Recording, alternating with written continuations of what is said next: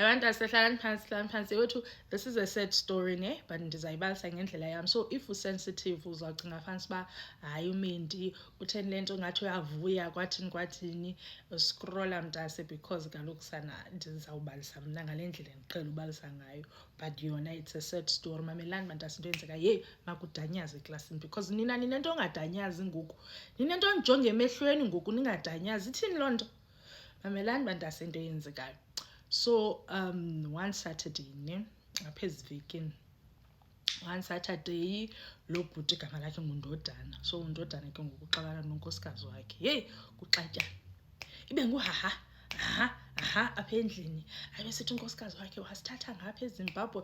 uNdodana ke is a UK citizen but une-Zimbabwean heritage, yabo. laa nto yokuba uzalelwe eZimbabwe but most of your life uspende endaweni ethile and une-citizenship ezinintsi, yabo. Kufumaniseka ukuba uyashawutisa lo mfazi, undithatha ngapha eZimbabwe uzondihlalisa apha, kanti uza kwenza into uzenzayo, kwathini uyenza njani into enjalo Ndodana?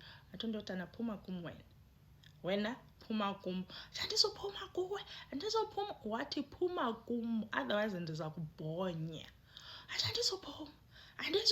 Athi uNdodana, okay. Wabesondela la sisi wathi uNdodana, ndiza kwenzakalisa wena, wasondela la sisi wathi uNdodana, ndithi kuwe ndiza kwenzakalisa. Bakhe wasondela la sisi wathi, ndithi kuwe yenza njani into enjalo, umbamba uNdodana wathi, zakulimaza.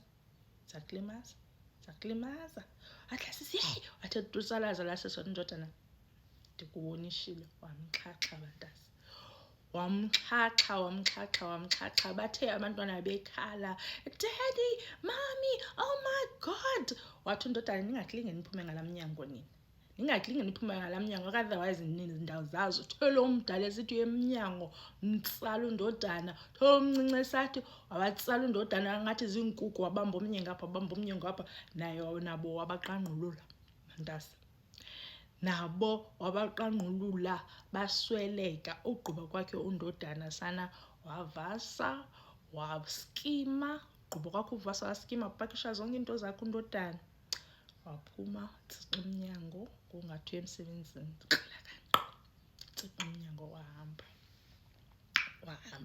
So ke ngoku abamelwane bathi bothi, hayi man, kulo mzi akho umuntu uphumayo, akho nto yenzekayo. And ke ngoku it's been weeks kuthulekile kulo mzi. And yoku bantase mosi niyazazi eza country ufumaniseka uba akho neegaraji, iimoto zipaka ngapha ngaphandle.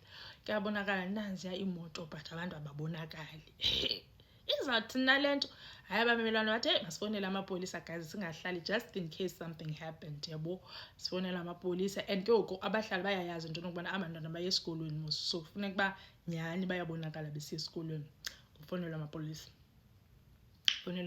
Afike nyhani amapolisa, ayaresponda ke amapolisa kwelaa cala. Afike nyhani amapolisa anoke. Mr. Chuma, Mrs. Chuma. Hayi, akho mntu uphumayo, akho mntu wakatshuma uphumayo. Fumaniseka uba hayi mandikutsixiwe apha, uyaqonda. Hayi nyhani ke ngoku amapolisa azame ke ukuqhekeza. Xa efika ngaphakathi bantase, bathulayo abantu, umama nabantwana bakhe bathulayo. Uyaqonda. Hayi ke kuloo nto ke ngoku kusetshwe ezikhompyutheni kufumaniseka ukuba no, uNdodana lo ngwaseZimbabwe, uyaqonda. Ndodana lo ngaseZimbabwe, kwafumaniseka ukuba no-Interpol kuzawufuneka ithethe norhulumente waseZimbabwe. Kwathini nayi fine bantase, ingabi namsebenzi. Xa kutshekishwe ke contact i-airline into yokubana guys sifuna utshuma kwathini. Hayibo, ii-airlines zithi hayi mos, utshuma lo i-flight yakhe ilande e-OR Tambo eSouth Africa.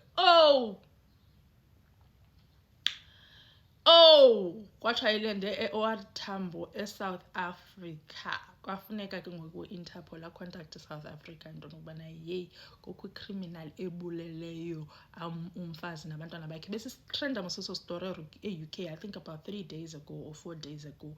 Sitrenda kakhulu. Kwathiwa loo tshuma lowo ke sana utrendayo ulapho kuni. Yava? Hayi, ingathi sisithi mabahambe yena zapha.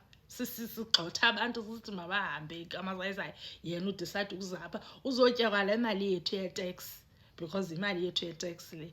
Nyani bantu asekhange aphozise amaseko uSeps, nyani wafuna utshuma up and down, up and down, up and down. Hayi nyani bamfumana babethatha ne-Interpol into yokubana yeye ngathi siyambona utshuma uzifihle endlithi. And ke sana niyayazi la seyinto yokubana nizawuthi amapolisa awasebenzi, but ipolisa xa lifuna wena lisakufumana. Ndithi uthi la sisi bethethe ezindabeni wamapolisa, uthi they've been on the ground since they got the call. Uthi since bemlandele bemuntu ithe Interpol xa sithi mbambeni bamthi galakanqa, bamfaka iboys, bamfaka emva kweveni, bamfaka iboys, bamfaka emva kweveni. Nithetha nani nje ibreakfast yanamhlanje uyitye uRhosi Mampuru yemali yethu. Cabukiswa yile nto imali yethu. Utye uRhosi Mampuru kwi-breakfast yethu ke unamhlanje undodana. Andiyazi ke uba zomgodusha nini, because kaloku akanayo i-citizenship yalapha. Makahamba eZimbabwe okanye abuyele e-UK as soon as possible. We are going through a lot as a country. Ngoku kukho abantu abatestifyayo kwiMadlanga Commission abathi head of state kwathini. Izawuthini irand kuyo yonke loo nto? Izawuthini irandi because izawukwehla? Phinde nifuna usifake loo juma ababulala abantu ngapha ezindaweni zabo baphinde bazobalekela apha. Siveli kukuvela kaloku laa nto, because soze uthi ungwasezimbabwe uqonda mandibalekele South Africa. Because imagine bantase kuthiwa naku le gang ititshe e-UK, ititshe eKorea, kuthiwe naku yenze i-crime phaa eKorea, so iyabaleka.